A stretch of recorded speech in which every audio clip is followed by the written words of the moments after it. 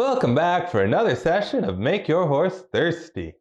This week, I want to talk to y'all a little bit about power struggles and how do we get into them? How do we diffuse them? How do we avoid getting into them in the first place?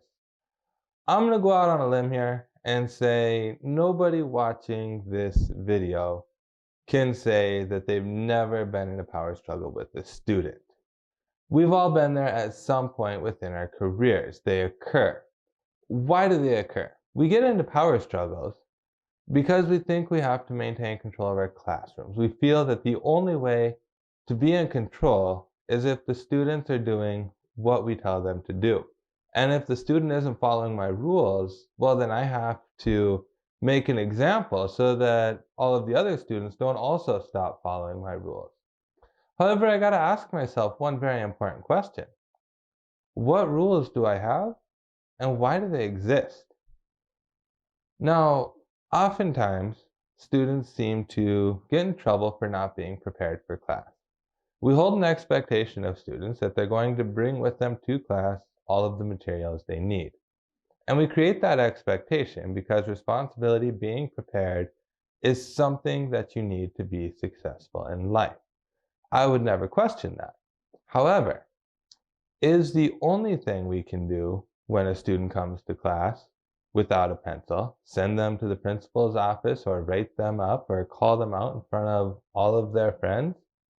Probably not. We have lots of options when we have to address any behavior with a student. And yet, it's not uncommon for us to go to, you're in trouble because you're not prepared. So what if we assume that our students don't follow the rules because they lack the skill set? And so we ask the student, what can we do? And we engage that student in a conversation. They give suggestions as to how they might be able to remember their pencil next time, or whatever it is that led them to not be prepared for class. Or if it's some other rule they're breaking, then how can we create a solution that fixes that rule?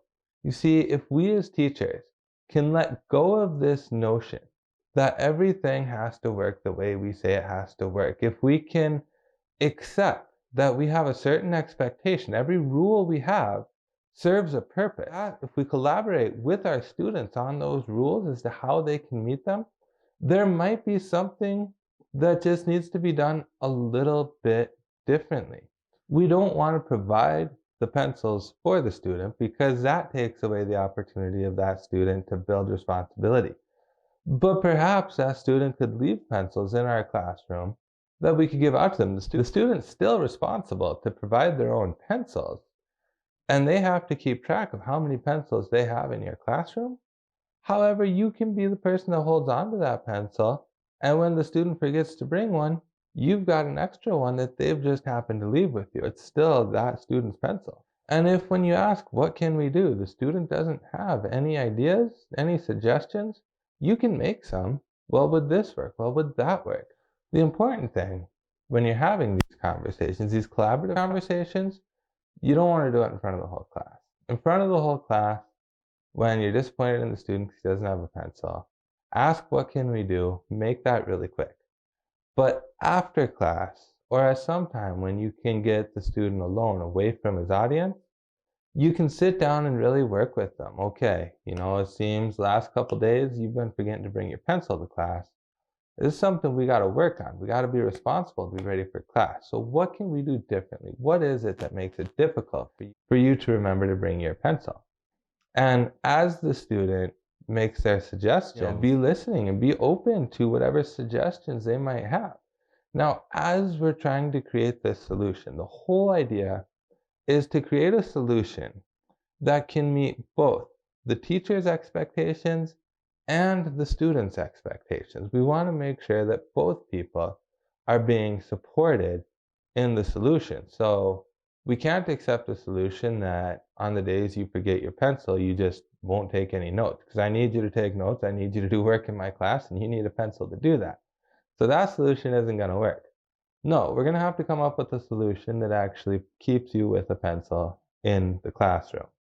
And I'm not just going to give you a pencil every time you forget one because you have to be responsible for providing that.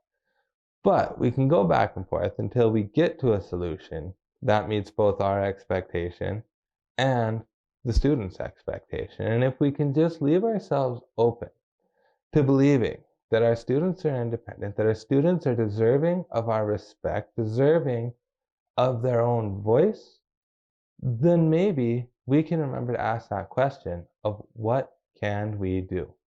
As you go back to your classrooms in this upcoming week, I want you to be thinking about that the next time you get into a situation with a student where they violated a rule. Did they violate that rule because they just didn't want to follow it? Or did they violate that rule because they lack the skill set to follow it?